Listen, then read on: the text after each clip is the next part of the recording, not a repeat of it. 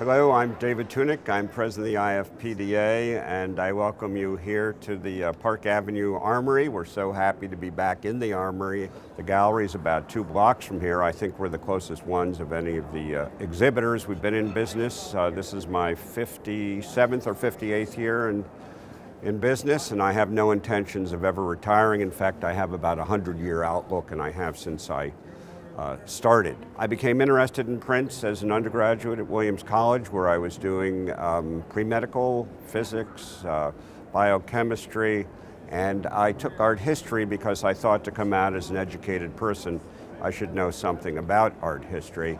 I found it incredibly, to use a current term, awesome to be able to touch something that Rembrandt and Dürer had touched. They would pass around original prints in class, and that was how I was first introduced to prints. I bought my first print for $40. That was a lot of money. And then eventually, a few years later, there was a Picasso I wanted to buy that was $400. I gave up a ski trip. I wanted to buy a motorcycle at the same time, another $400. And so I went and sold encyclopedias door to door. That was easy to do if you love something. I was able to buy the Picasso and the motorcycle. First thing I'm going to show you is this monumental woodcut by Titian, who did very few prints, maybe 4 or 5. There are 12 of these that remain intact, the whole composition. Lots of museums only have single panels. It was done from 12 blocks of wood on 12 sheets of paper because there was no wood block large enough, no piece of paper large enough in 1515 when Titian made this. It shows the submersion of Pharaoh's army in the Red Sea. The Red Sea still troubled waters. It's been the warehouse. In fact, it's too big to get in the gallery. We can't fit it in the elevator. We can't get it up the stairs around the corner. So this is the opportunity. We wanted to bring it out and let the public have a chance at seeing it. And this was so crowded here last night because it's been in a lot of articles, including the New York Times, that there were moments in here when you could not get in and out. I also want to show you a few of the details that are so, I think, interesting and even mesmerizing in this picture.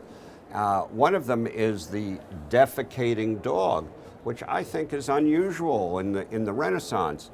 In the 17th century, a couple of hundred years later, you see defecating dogs quite a lot in Dutch paintings and in Rembrandt, for example.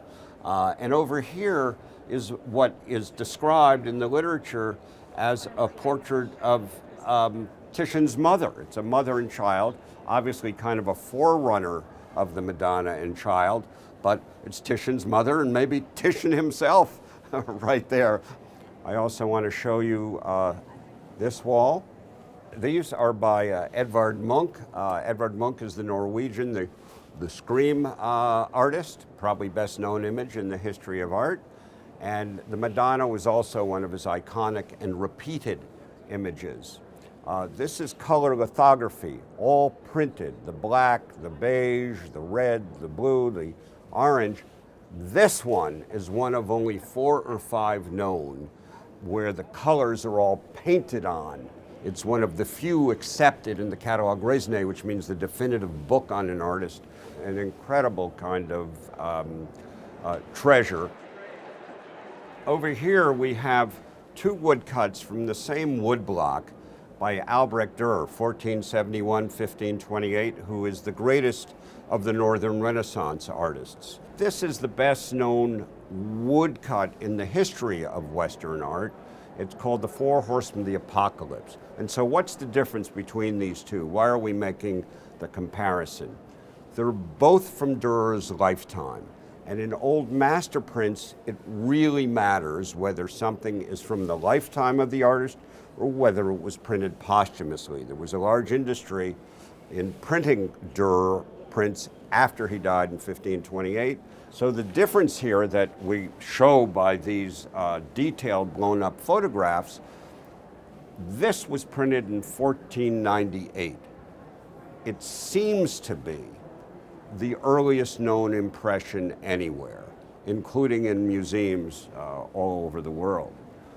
This is also a lifetime impression, 1511, The woodcut was made in 1498, but very early on, including in 1498, there are little cracks that start to appear in the woodblock where thin lines begin to break away. So that this has a value in the low six figures, and this has a value almost 10 times as much as the one on the left.